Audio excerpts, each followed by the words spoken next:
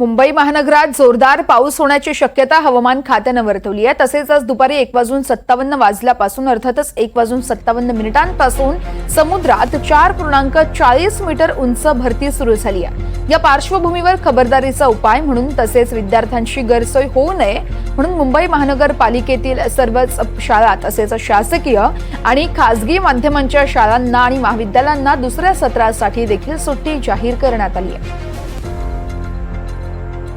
4.40 millimetre अर्थातच 4.40 metre उंचीच्या लाटा आणि या लाटांचा अंदाज वर्तवण्यात आलाय। मुंबई महानगरात जोरदार पाऊस होण्याची शक्यता वर्तवण्यात आली आहे। तर आज दुपारी 1:57 समुद्रात या उंच भरतीला सुरुवात झाली आहे। या संदर्भात अधिक माहिती जाणून घेऊयात। आमचे प्रतिनिधी अक्षय कुडकेलवार आपल्या सोबत आहेत। अक्षय, सध्या आपण ज्या ठिकाणी आहात तिथे पावसाची कशी परिस्थिती आहे आणि प्रशासनाकडून कशी खबरदारी घेण्यात आली आहे? संपूर्ण पाण्याचा निचरा झालाय का?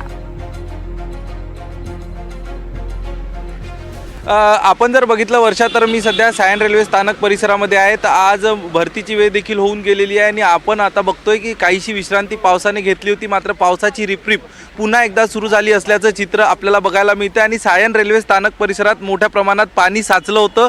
मात्र आता या पाण्याचा निचरा होतानाचं चित्र आपल्याला या सगळ्या परिसरामध्ये बघायला मिळतंय। दुसरीकडे आपण बघतोय सायन रेल्वे स्थानकामध्ये पंप लावण्यात आले होते आणि सायन रेल्वे स्थानक हे आपण बघितलं तर याची पातळी जी ग्राउंड लेवल आहे ही खाली आहे, त्यामुळे या ठिकाणी मोठ्या प्रमाणात पाणी साचत असतं। सखल भागात हे सायन रेल्वे स्थानक आहे आणि सगळ्यात महत्त्वाचं जी मध्य रेल्वे विस्कळीत होते ही सायन रेल्वे स्थानक कुर्ला आणि माटुंगा या दरम्यान पाणी साचतंय आणि त्यामुळेच रेल्वेची वाहतूक जी आहे ही खोळंबली जाते। यासोबतच रेल्वे वाहतूक खोळंबल्यानंतर त्याचा परिणाम रस्ते वाहतुकीवर आपल्याला दिसून येतोय।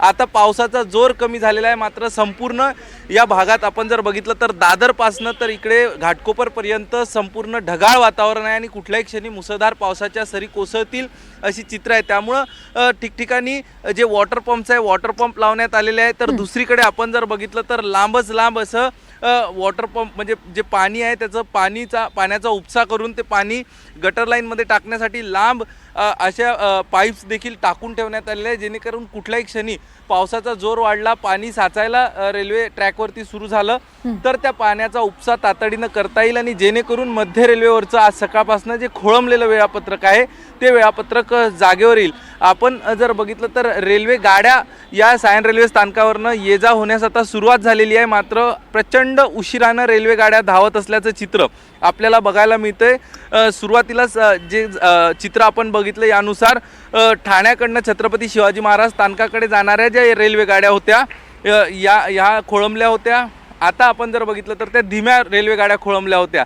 आता आपण जे चित्र ऐकायला येते किंवा जी माहिती रेल्वे प्रशासनाची सूत्र देतात यानुसार जे जलद रेल्वे गाडी आहे, आता आपण बघतोय जलद रेल्वे गाडी या ठिकाणावरनं जातानाचं चित्र आपल्याला बघायला मिळते। मात्र ही बऱ्याच कालावधीनंतर ही जलद रेल्वे या ट्रॅकवरनं पास होतानाचं चित्र बघायला मिळतं। मात्र ज्या धीम्या गाड्या आहेत त्या धीम्या गाड्या या सुरळीत चालत असल्याचं चित्र देखील आपण बघतोय। आणि सगळ्यात महत्त्वाचं, सकाळी ठाण्यावरनं छत्रपती शिवाजी महाराज रेल्वे स्थानकाकडे जाणारी वाहतूक खोळंबली होती आणि आता आपण बघतोय ज्या गाड्या छत्रपती शिवाजी महाराज रेल्वे स्थानकावरनं ठाण्याच्या दिशेने जात आहेत त्या गाड्या एकाच प्लॅटफॉर्मवरनं म्हणजे ज्या प्लॅटफॉर्मवरनं अप गाड्या जाते त्या प्लॅटफॉर्मवरनं देखील डाऊन गाड्या पाठवण्यास सुरुवात करण्यात आलेली आहे। याबाबत रेल्वे प्रशासनाने जी माहिती दिली आहे ती अशी आहे की आता म्हणजे विरुद्ध दिशेनं प्रवास करणाऱ्यांची संख्या काहीशी अधिक आहे आणि त्यामुळं या गाड्या सोडल्या जात आहेत। मात्र सध्या जर जनजीवन आपण बघितलं तर सध्या